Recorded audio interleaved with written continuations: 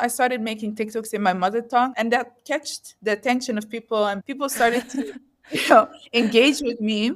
And now everybody in Ethiopia know my name. So I got my name out. Next question will be, what do you sell? It's funny now. I launched the game there, like the whole event. Several embassies came, African embassies like South Africa, Sudan, Namibia. They came to support because it's an African game. I made one video on Instagram and TikTok, my Ethiopian channels, one video.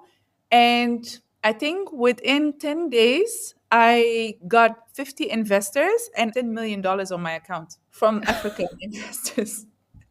This is how powerful a platform can be. Welcome to the Rise and Play podcast. I am Sophie Vaux, your host and leadership coach.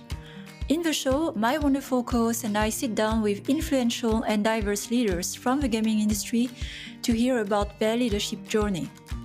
Not the well-polished stories, but the real stories. The up and down, the breakthrough, and the failures. Or should we rather say learnings? Each episode will transport you into a magical space of vulnerability with our guest. And together, you'll be reminded that no matter how hard it is, you are not alone in this journey, and find the courage to keep going. Come and join the ride.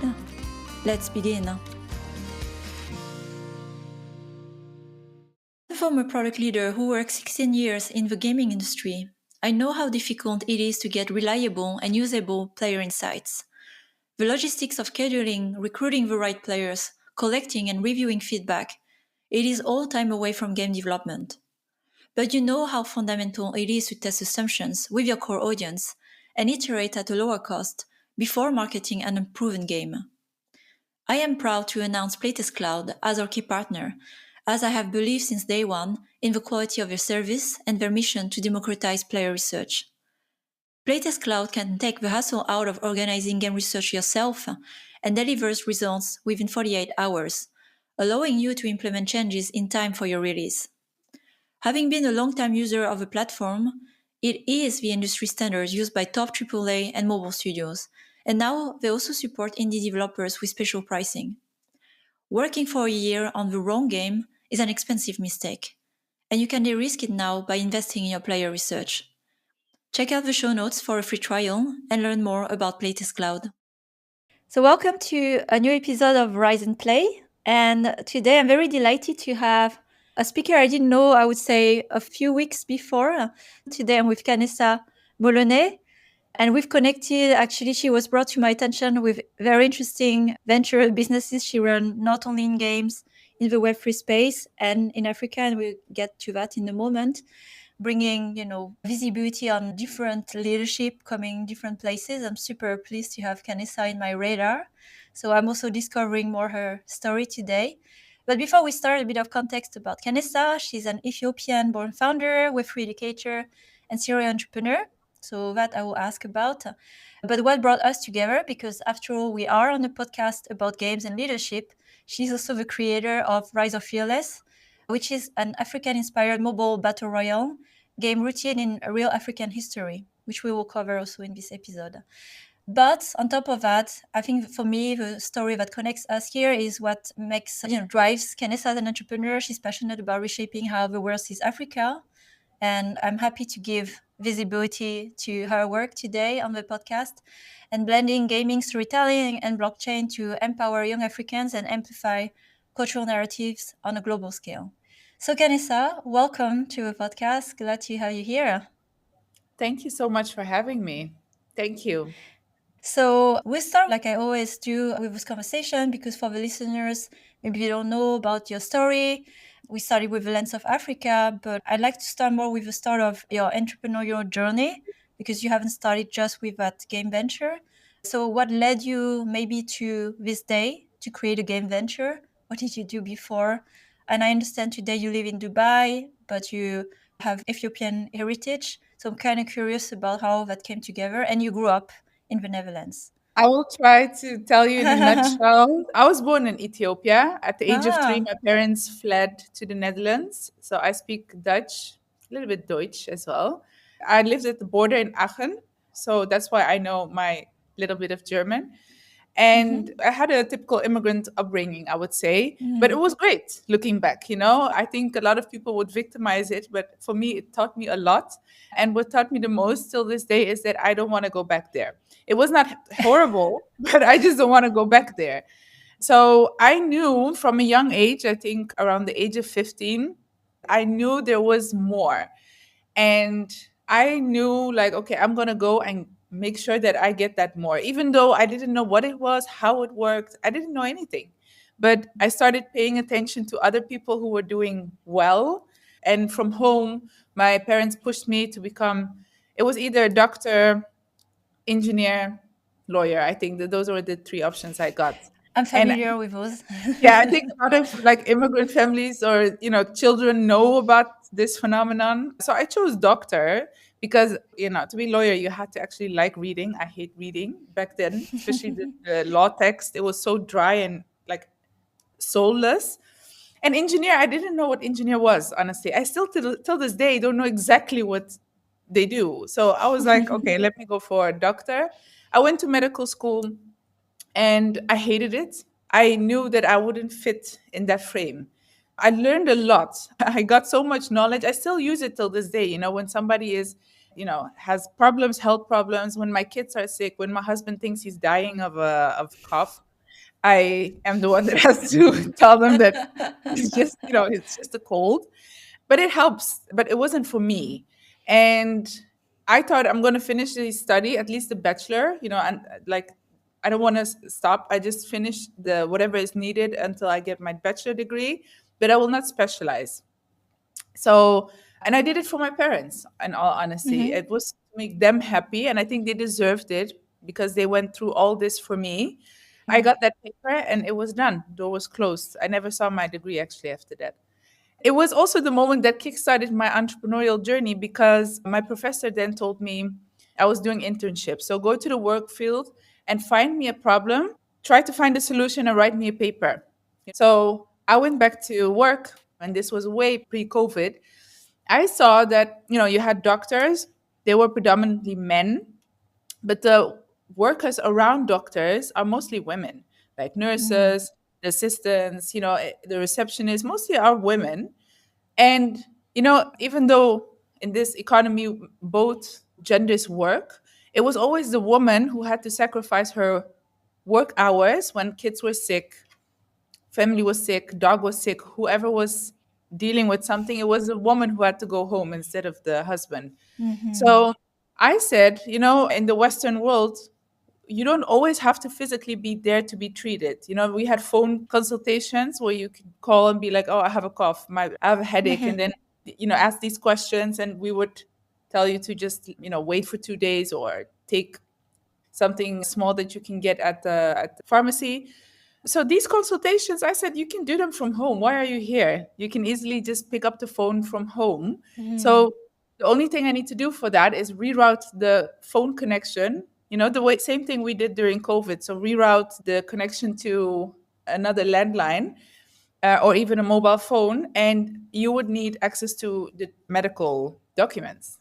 Sound easy, right? The first one was easy. Redirecting the phone calls was easily done. But then getting access to medical files outside the hospital, I don't want to say it was a nightmare because if I would know how bad it was, like how big of a journey it was, I would have never got myself into it. But with the laws in Europe, it was quite difficult. But eventually I managed to do it. I wrote my paper, gave it to my professor, and he said, go for it. Turn this into a business. He said, you're already there. You have already the solution. And Wow. it started in my hospital. No, well, it's not a hospital, it was a clinic. And then I was already in that field. So I told them, do you want to use it for free? Do you want to use it for free? And people started using it. And this was before COVID, I think it's already 10 plus years. And eventually it turned it into a business and I sold it to an insurance company. And I was just Wow. 22. Wow, exceptional. Okay, that I didn't know when we talked, but I love it. It gives an important background story about how, always behind entrepreneurs is more how they have studied life. behind business building, you solve a problem. First, you find the right problem to solve, which is what I'm hearing, and then you execute. So I just love the fact that you went for it and it was valuable enough, solved the problem big enough that, acquired. So you sold the company at 22 as well, or it was a few years after operating the business? No, at 22, I sold it. I was so young and I was so naive back then. I had no idea what I was doing. Like, you think you know everything, but you didn't know much, actually. I was lucky that Mm, I met my now husband back then, and he's an accountant. So he told me a lot, okay. like how to deal with this. But then I got an offer to sell the company. I didn't know what selling a company was. I come from immigrant family. It's not like I can go home and tell them this happened. What should I do? They don't know anything about this. So eventually I got an offer from a company and I sold it for 1 million euro plus. Back then it was, for me, it's a lot of It's money. a lot. We grew up with having 1,000 euros a month income, and suddenly you jump into this, like, I got life-changing money. It's not your typical 22-year-old story, by the way. No. It was not mine for sure. And I'm curious from there because I'm sure that also shapes quite a lot the way also you take your life forward. You said exactly from 1,000 monthly incomes to suddenly 1 million. It's overwhelming. And what are some life choices you made after that? So, okay, I have to credit also the men behind me, my father Mhm. and my now husband. It's always unfair when a woman talks about success to not mention the men behind her. I have Agreed. strong men behind me who believed in me. In this case, it was my dad and my husband, and a few people, also some doctors even. So my father was never impressed by the money. He's never impressed by any luxurious anything. So he came to me and he said, "What are you going to do with the money?" And I said, I'm going to buy a car. I think the typical 20-year-old would say that I'm going to buy a car, I'm going to buy a house, I'm going to buy designer this, I'm a designer that. And he said, it's just a one time money, it's not recurring. So eventually he told me to block half of it. So he took half of the money, set it apart, and he's like, act like it doesn't exist. And the other half, you can do whatever you want with it. I bought a Porsche. I bought a house, down payment kind of thing. I bought a lot of designer clothes. I bought so many unnecessary stuff. And my father just sat and watched how I spent all that money. I think it hurt him, but I guess you need to make the mistakes as well. So at some point, the money was gone. And my father was like, "How are you going to pay for that car? It needs to go to the garage. You need to pay insurance." He's like, "How are you going to pay?" And he wouldn't let me touch the other half. He's like, that money is also gone, consider it gone. And eventually he told me, you have to sell your car, the house, you have to go find a job to fund whatever you bought. That's how life works. Mm. So he said, the only way I'm going to give you the other half is if you start a new business or invest it into something that is useful.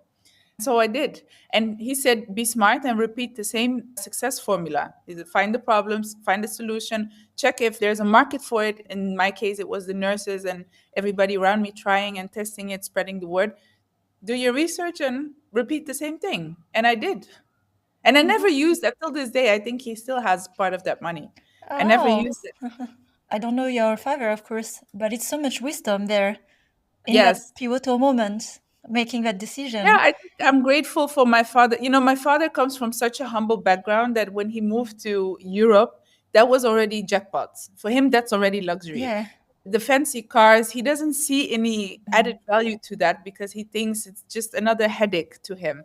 So he never got blinded by it.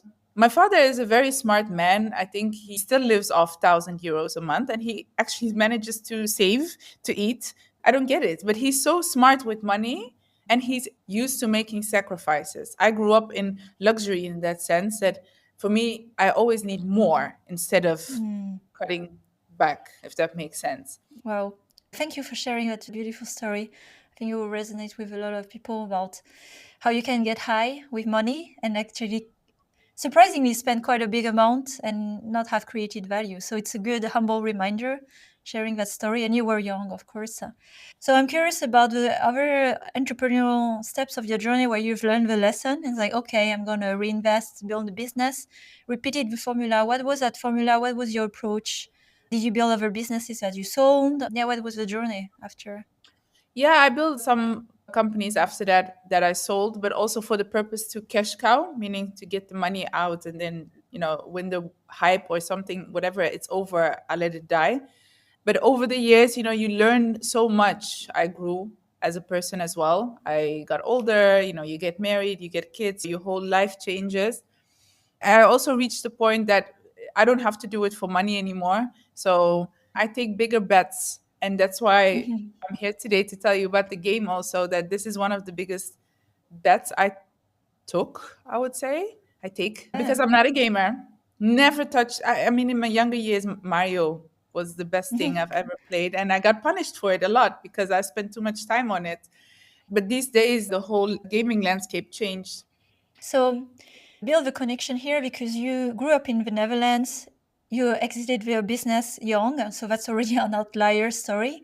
But in our prior conversation, something also that I relate to, there was a call at some point you knew that your place to be, evolve, stay was not the Netherlands, and you get back to your roots, curiosity, around Africa, maybe Ethiopia more specifically. So I'm curious more also how that entangle with your journey of entrepreneurship and then now to games. So what is the connection for you? First of all, I want to say I love Netherlands like no other country. To me, it's Mm-hmm. still home. It shaped me into who I am today. I was born in Ethiopia in Dirredawa, which is 500 kilometers outside the capital. An amazing place. But when I was 3, my parents fled the country because there was like a civil war, and were kind of political immigrants, you can say.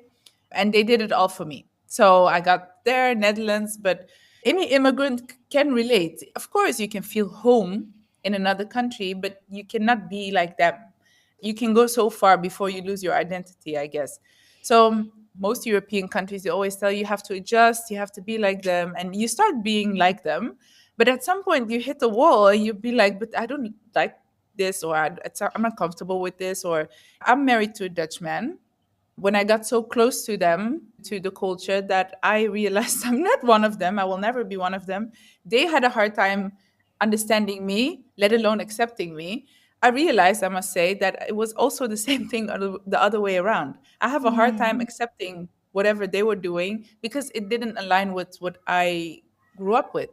And it's okay, it's okay because this world makes everything so harsh, but it's okay to be like, okay, I love Netherlands, but that's it. I cannot Mhm. be like one of them. And I'm super grateful for everything it has given me, it has given my parents, and it will always be part of me, but it's not part of my identity. Yeah. So it was kind of like a soul searching, like, where do I belong? That question, I would think every immigrant child will question themselves at some point. Even though I never grew up in Ethiopia, I knew that I was born there. I knew my parents were from there. You hear stories your whole life about Mhm. it. And I think I was 25 or something when I decided to go back by myself. And there was something, I have a hard time explaining this in words. The moment you land, you step out of the plane, you smell, you hear, it's like everything that your parents told you. It's like a connection. It's hard it's a feeling. It's hard to put Mm. that in words. And I think everybody has that, lives outside the country that they were born in. Even the Europeans who are outside of Europe, when they go back, you go back to that familiar feeling. Your grandparents used to tell you story, your parents used to tell you stories, and all of a sudden it makes all sense. Of course, there are problems at home. Every immigrant deals with certain problems that clashes. These problems started to make sense. Oh, this is why my mom behaves like this, or this is why my dad always advises me this. It never made sense in my head until I went there. I started to see where they were coming from. It was like a healing experience, I would say. Mm. So I started to connect the dots in that sense, like, okay, this is who I really am. The other one is like, I call it my adoption identity. Netherlands, Mhm. the Dutch culture is adopted me, but it's still not me. So I had to find a way to live with both of them. So it's like finding Mm. your biological parents and your biological parents. When you have them both, you have to live with them both. I can say I found the middle ground where I can still respect and love, the Dutch side, and let's say connect to my roots in that sense. Yeah. And that's also when I decided I'm gonna do whatever I do best, which was business and, the problem solving thing. And I said, I'm going to try to do it in Ethiopia and see if I Mm, can find a reason to be there and go back. So I did mm. with the gaming. Okay. So that was right away. Okay, the gaming ventures. Okay, so before we get then to that part, just to mention about that familiar feeling and smell, I have a Vietnamese heritage and I felt exactly the same. So I wanted to say how much I relate when I arrive at the airport. It's wild, it's dusty, it's smelly, it's But it's crowded. lovely. Yeah, but it feels like home. You can't Yes. explain. Yes. It's Yes. strange.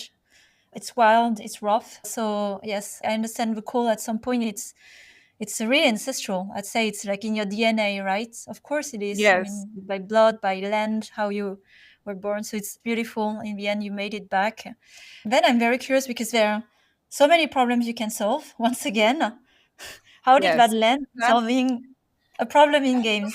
Has a lot of problems, a lot actually. But the problems that needed to be solved were not the problems I had to deal with in the beginning, because it took me a whole year, maybe a year and a half, to understand what I was actually dealing with.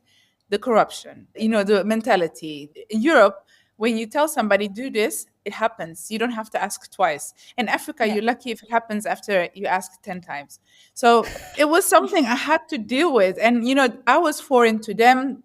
Everything was foreign to me. Even though I felt back home, my whole mentality was not there. I was still the Dutch girl, and they probably thought I was just, this foreign girl who came from outside. I had to make myself familiar with my own culture. I mean, the feeling is cute, but if you want to do business, you had to know what you're dealing with. The most challenging aspect is dealing with the mentality. And, I had to learn how to do business because, Mm. yes, my feeling connected, but honestly, I had no idea what I was dealing with. In a sense that, you deal with corruption, and Africa corruption is, I don't think it's just Africa, honestly, but it's funny actually. In Europe, you grew up with, oh, it's so wrong and you cannot talk about it. It's, well, in other parts of the world, it's like the most normal and common thing, Yes, it's part of a and business, how you do it's business. they call it special tax. I learned it's called I know special that. tax. It is like paying tax, and it goes in so many levels. I had to learn how to deal with that because Europe, it's a bad thing, so don't talk about it and don't deal with that, which I appreciate from the Europeans. So then you have to deal with the mentality. Nobody actually follows through. When you tell them do this, it's a miracle if it actually happens. So you have to ask constantly, or have to appoint someone, like go check, go check. An example is like getting a bank account. It took 10 years of my life to get a bank account. Good to know. Good to know for anyone who has a Yes, wild idea to build a business in Africa. everything is about knowing the right people. So I came in with my Mm. European mentality, thinking I go to the bank to do this, I go to that to do this, to the formal official places. But that's not how it works. You need to know the right people inside that organization to make it happen. So it's about making connection. So I said, okay, I was quite foreign there. Nobody knew me. And I thought it's going to take me years to connect with the important people in the country, to get to them. So I thought I'm going to invest in my PR and marketing. I'm going to make myself a big name here. So I couldn't find a PR is non-existing. Nobody knew what Yeah. PR was. I was looking for a PR agent and like, what is that? I started a TikTok channel. I started making TikToks in my mother tongue. I was practicing, and apparently to them, I never knew, but apparently to them, I sound childish, because my mother tongue has never Of course, yeah. evolved.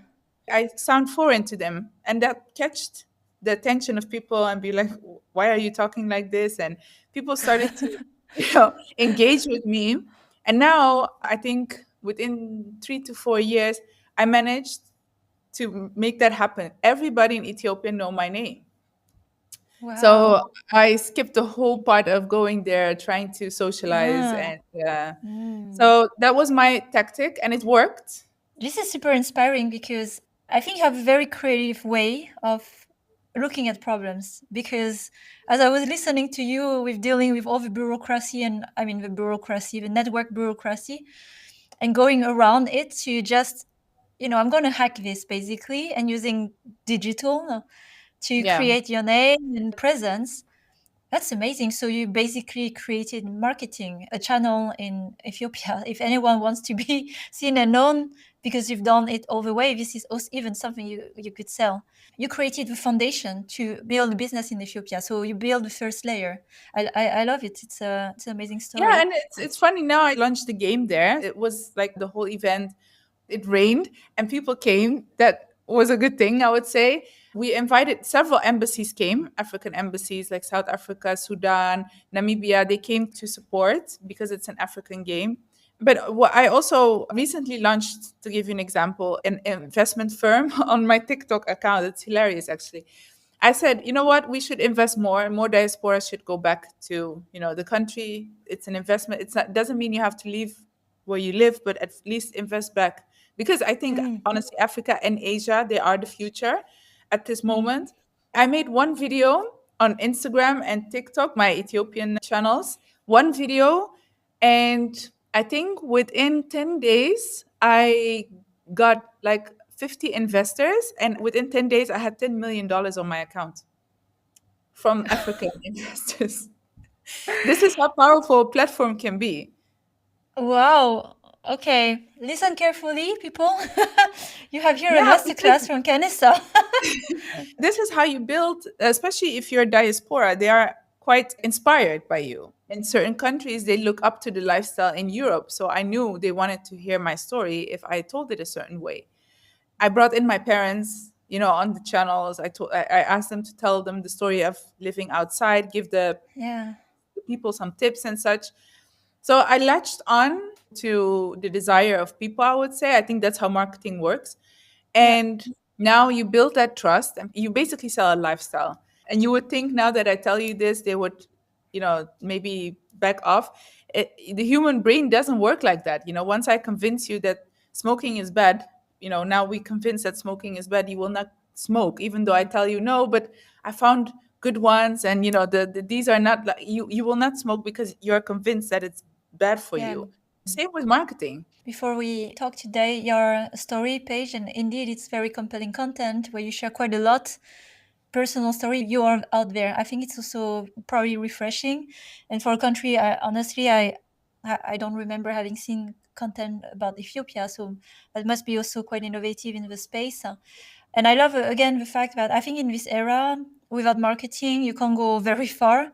So just identifying that from the beginning and building this for yourself, it's a powerful place to be. Then to decide, okay, what do you want to talk about? Because you have developed the network, the trust, it is the consistency. So it's not random. It's actually really calculated and tactical, and it works for what you've done. So congrats on that. Still, I have a question. How did you pick games to sell? So this is where I need to understand. How did you land on Yes. games from that place? During the TikTok era, when I went there, made videos, but I also did lives. At some point, I ran out of topics to talk, and I asked people like, "What do you want me to talk about?" And some already found some information about me, and they said, "Oh, you are into crypto," because I was in crypto communities a lot and NFTs. That was a big thing at some point. So I said, "Do you want me to talk about that?" They said yes, and that's how everything started. I started to explain NFTs, how it worked, the whole crypto situation. I started to explain it to my community. So that's how I initially built that trust. And the question came from within the community like, okay, if you talk about it, why not just do it and show us? Why don't you launch an NFT collection and we'll buy it and we'll see how it actually works? Because I was just sitting there every week explaining instead of showing it through actions. So I said, okay, we eventually launched an NFT collection and it sold out. And I think something that stood out for me the most was this collection was not, it was sold, not all, but I sold it to Ethiopians in Ethiopia. Some were outside Ethiopia, but majority were inside Ethiopia and not necessarily in the capital or any big city. These were people in rural areas. And I was like, wait a minute, that means that you, as someone that never had access to buying something online, suddenly bought something from me. And I was living in Dubai. So I was trading with people in rural areas in Africa here. And I Hmm. said, wow, this is groundbreaking. So crypto is the only way for people to transfer money to me without going through the banking system, which, by the way, does not allow anything international in Ethiopia yet. Mm. So it was quite fascinating to me because if I want to transfer money to somebody, now it's better, I must say. But back then it was a hassle. You had to go through people to get things done. Mm. It was hilarious. So it opened a major door. I said, okay, if this can be done, then I can build something like initially I thought to build a marketplace like Amazon and people could trade. Mhm. But that was impossible because the logistic part is a nightmare. And I think again now is better, but it was impossible to do something logistically. Like, okay, you sell something through that platform, pay through crypto. So how do I get that item to Mm. the person that is maybe on the other side of the continent? It was a big hassle and it would be super expensive. So I asked the community, what else can we do? At that point, during that time, Axie Infinity, I don't know if you know the game, was a Yeah. huge thing. We were following Axie Infinity. And I liked it because it was mostly popular in the Philippines. And the Philippines, like economically, is kind of similar to Ethiopia. So I was fascinated by everything, they did it. And at a certain point, I was like, but if it works for the Philippines, then it can also work for Ethiopia if we build it on blockchain. We can trade on blockchain. Same thing like Axie Infinity. That's it. Without any knowledge, I tracked down the developers who built Axie Infinity and I got a good price. They said this is what it's gonna cost. I said, okay, let's do it. Super impulsive. Wow. Okay, so now we reach a point of the genesis of your game, Rise of Fearless. And I'd love to hear a bit more context about what the game is. Of course, I can see, coming from games, I can see what the game looks like in art, the system, and so on. But I think there's much more for the users, the players on the platform, or what it means for them. So could you share more about the mission, what you're building with Rise of Fearless? Actually started with the developers asking me, so what do you want us to build? Like what kind of game? And I hired a team locally in the Philippines because I already knew the way it works in Ethiopia. Probably the same thing would happen in Philippines, the whole system, the Mhm. business system. So I hired a local team and I said, you are responsible for whatever is happening. And, I would pay them a fixed fee each month and they will manage the whole project. And that worked well. So they helped me in the process. So the developer said, okay, what kind of game do you want? I said Battle Royale because we did some research together and apparently those are the most popular ones and easier ones to, spread and get it popular amongst a big group of people. First it was just Ethiopia, but later we expanded to, targeting Africa in general. And then he came with the question, what do you want as a game story? And my answer I will never forget was, what is a game story? What do you mean a game story? But eventually, it's interesting. I found someone on LinkedIn that same day who worked in Silicon Valley in gaming. And I just sent a message like, hey, how are you? And his name was Dutch, at least from what I could see. So I said, are you Dutch? And he's like, no, they're Canadians. And of course, the background there, a lot of Dutch people came. And so we got into a conversation. I said, do you want to hop on a call? Sure, whatever. And he told me the whole backstory of how game stories work, that you need a reason, like the gamers need a reason to come back. He's like, it's not about playing from level to level. It's a psychological trigger. It's like you create this little addiction for them to, when they put the phone down, to be like, oh, let me open and check on my game, like that. Mm.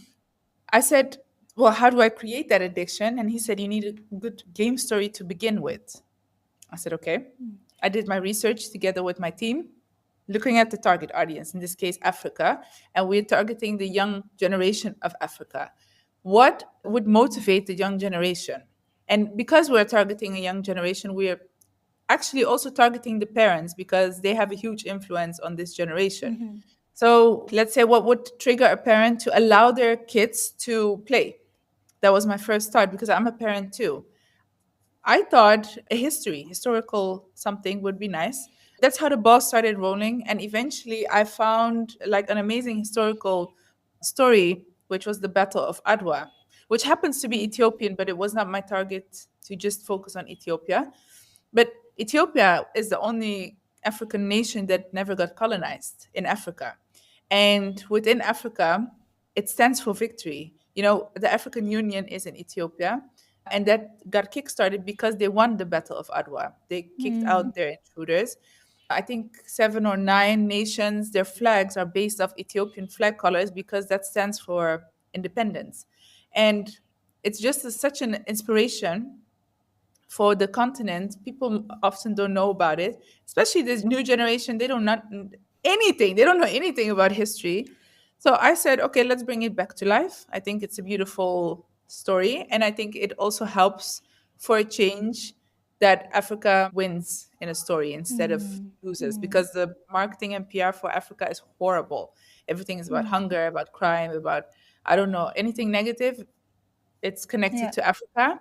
Well, it's not like that anymore. Honestly, people have money, people live in luxury. Of course, you have hunger, and there are poor people, I would say, but you also see people shifting from that mentality to, okay, let me build something of my own, and they build Yeah. themselves out of poverty. I thought, okay, let's show something that showcases something positive. And it would also help in my marketing, to make it Yeah. easier I to mean, market. everything is connected. Yeah, so I said, okay, let's go, let's do it. So the whole game is inspired by the Battle of Adwa. We did decide not to fully go with only that battle in the sense of like graphics.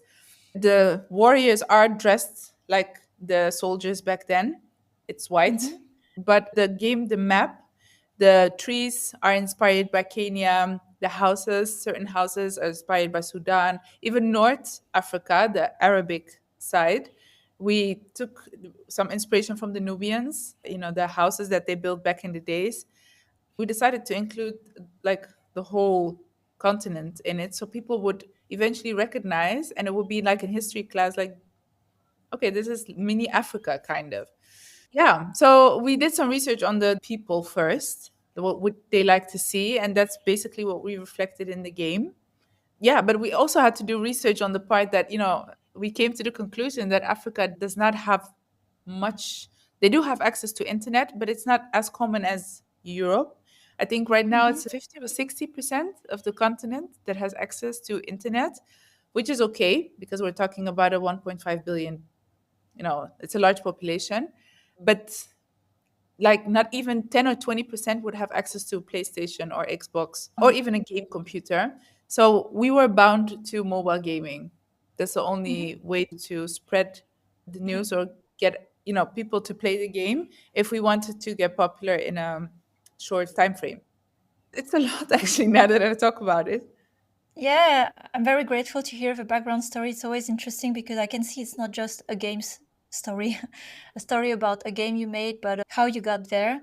And where are you now in the development, your next step? And also, maybe what is the big picture with the goal of that game? Are you going to build a platform, many other games? So, what's your bigger vision around Yeah, this? so no, I personally am not going to build more games. What I am going to do is build a platform for people to build games because the when you deal Mm, with Africa, for the listeners, if you ever want to deal with Africa, it's not like Europe or US or Canada where you come in, build your business, focus on yourself and take all the money.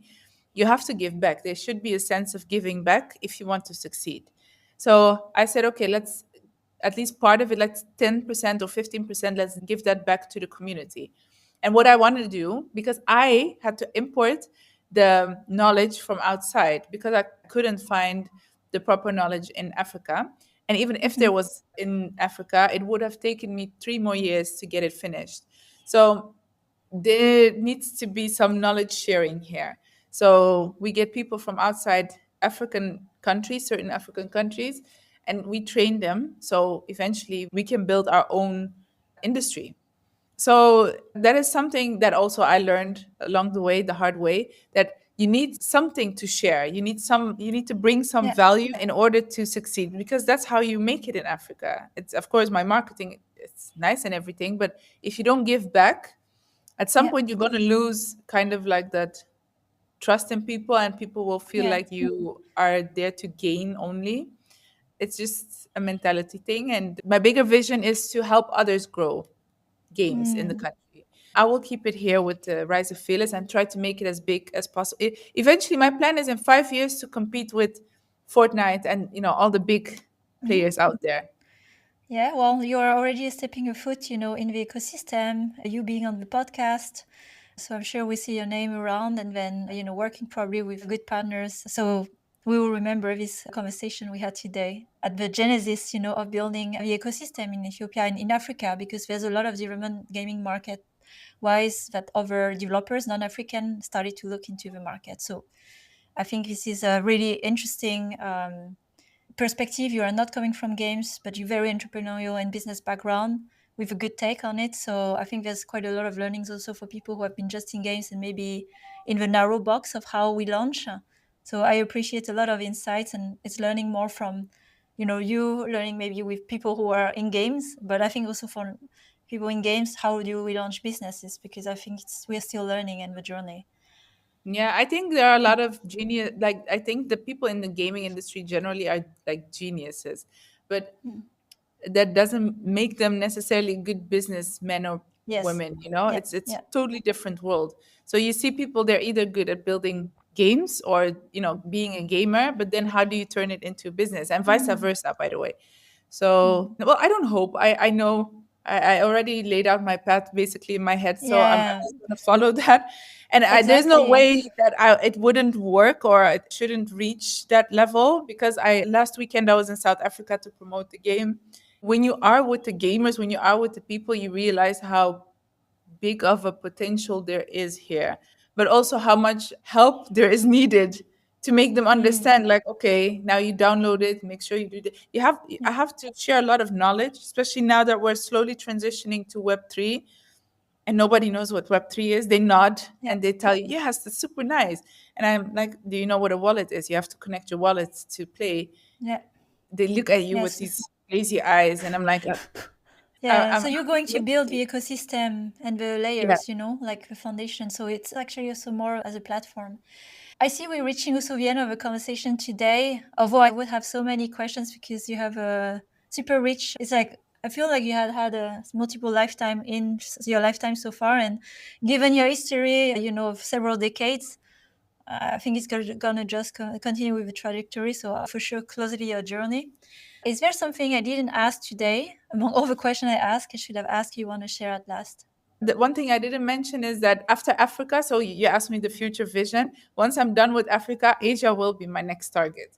So I love maybe it. I can Like start not in Vietnam. stopping. Yeah. I will be happy to help there. It's not my path to go in Vietnam, although I was looking into it, but it's not my path right now. But I support the ones who are going there because it's also in growth. So I totally understand. It's still a secret. It's an underestimated market, Yeah. Vietnam. Mhm. But it's still a secret because everybody targets Thailand and these. Yeah. Well, Kanessa, it was amazing, and I loved how just genuine and sharing and.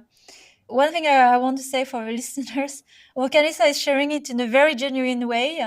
There's a lot of strategic thinking, tactical thinking, and I just like the mix of how you share it in a very again genuine, light way.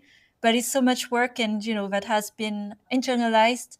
But I really appreciate when you share your path, the stories, the achievements you had, and I'm also very looking forward to the development of Rise of Fearless. And Thank you so much. Thank you for having me also and giving me this moment and time.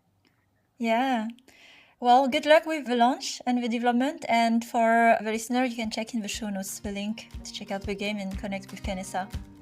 Thank Thank you. you, Kanessa. Take care. Bye. Thanks for listening to this latest episode of the Rise and Play podcast. We keep growing our community of conscious leaders across the industry and beyond. If you want to join this movement, please share the podcast with other conscious leaders, because we have so much more we can learn from each other. And if you want to accelerate your growth, I offer creative leadership coaching and workshop, plus other free resources that you can find on riseandplay.io. I can't wait to connect with you. Have a great week, and remember to take care of yourself. Until the next time,